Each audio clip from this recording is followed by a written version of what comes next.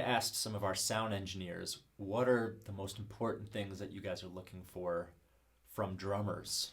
And I got some awesome responses, so I'm just going to share a few.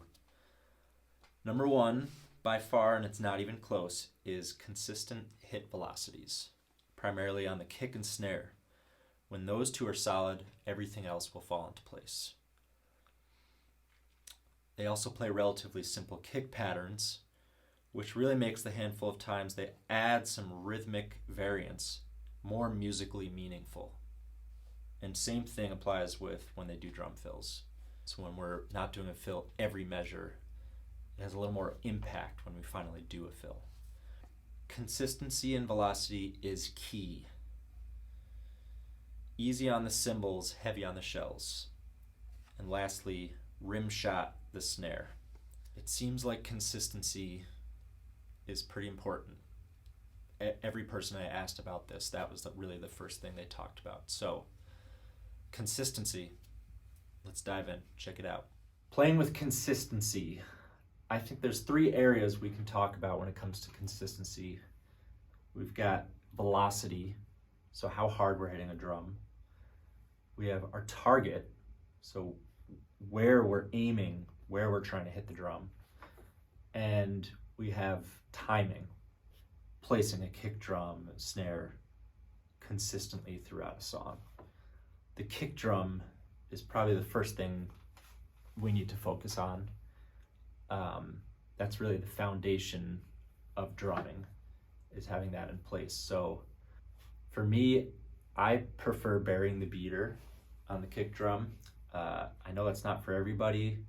Some people are really passionate about not burying the beater. That lets me be the most consistent with my kick drum. So everyone has their own thing that's comfortable and works for them.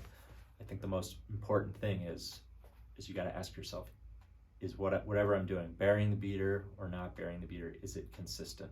So for the snare, for the most part, I would say you want to hit a rim shot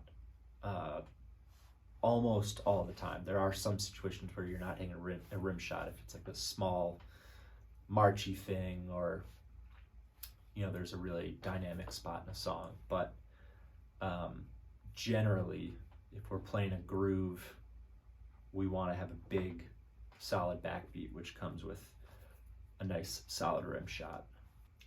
And again, talking about the target, we want to aim for the middle. We want the tip of the stick to land in the middle of the snare. So you got to pick a nice target. We're always trying to hit the snare in that spot. And the same applies for the rest of the drums. If you're working on any rudiment stuff, I beg you, don't dive right into paradiddles and Swiss Army triplets. Work on your single stroke roll.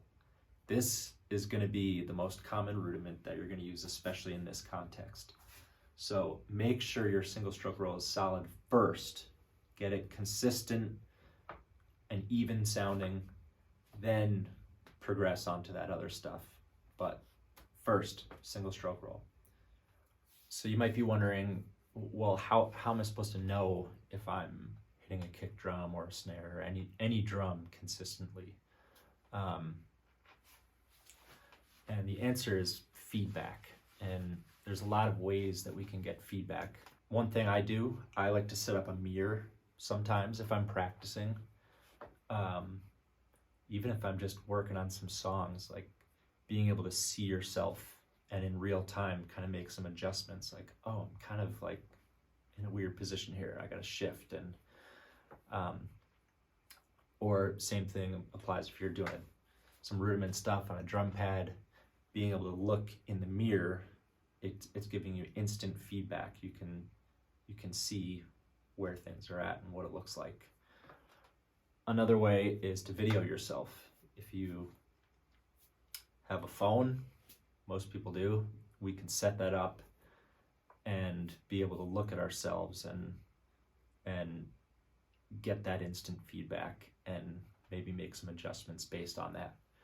If you have a way to record yourself, that's an awesome tool. Again, it just reveals so many blind spots that maybe we have. It's a very black and white, okay, this is what it is. This is where my kick drum is landing. This is the volume from one kick or snare to the next, it really just shows you where you're at. So that's an awesome tool to give you some instant feedback. Another way to get feedback is to ask for it. Ask band members, or one of my favorites, ask your sound engineer, hey, is there anything you noticed in my playing? How's stuff feeling out there for you? Like, if I ask that, I'll get some sort of feedback, whether it's good or bad, and it's always helpful. So it's great to establish that relationship with your sound engineer. And the last area when talking about consistency on the drums is the timing. And really, for me, I just try to aim for the middle, try to bury the click to the point where some people in the band maybe forget that it's even there. So my goal is just aim for the middle, bury the click, and again, kind of the same deal for getting feedback on that is listening to yourself, whether that's board mixes or recording yourself. Do whatever you can to get that feedback. Like, how is my time and my feel? And how is it sitting on the click? Like, those are great tools, ways to get feedback for that. Okay, so I'll just play through a quick chorus of a song, record myself, and then we can check it out at the computer afterwards for some instant feedback. Okay, so just a couple things I want to focus in on. I'm really trying to play with consistency. So first off, the velocity, how hard I'm hitting the drum, my volume. I'm really trying to hit a rim shot on every backbeat here. The meat of the stick is hitting here, and the tip is landing here. So that comes back to our target. I'm always aiming for inside this ring, somewhere really close to the center of the drum. That's going to get a consistent sound. If I'm hitting snare way over here, it's going to have a very different sound as opposed to when I'm hitting here. And another thing, just with my kick drum, I'm burying the beater. So I just want each kick to be solid, really consistent, feel consistent, sound consistent. I'm trying to avoid any like bouncing off of the head, and which can cause some noise and stuff that I don't want. So let's check it out.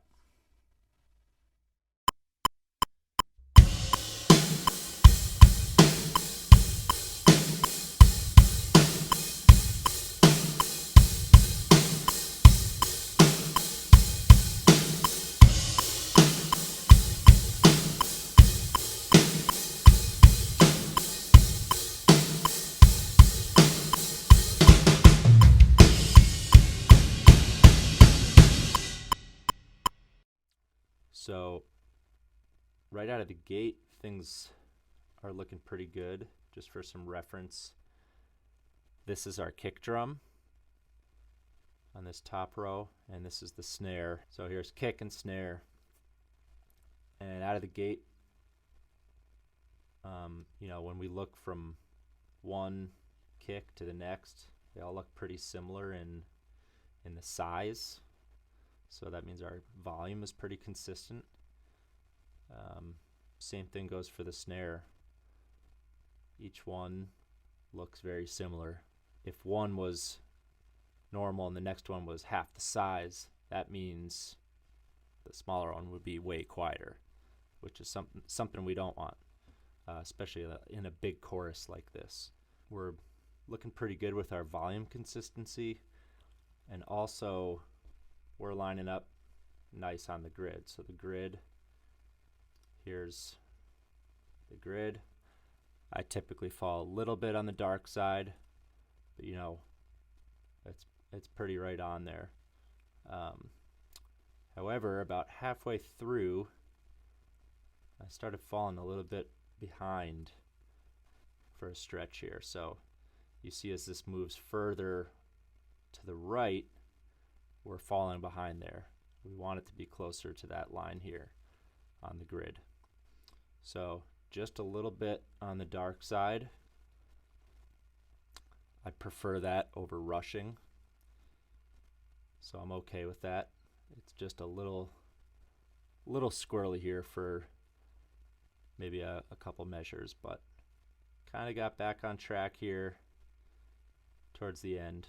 And again, across the board, pretty good looking with our volume consistency and fairly crisp on the grid there, so not too bad.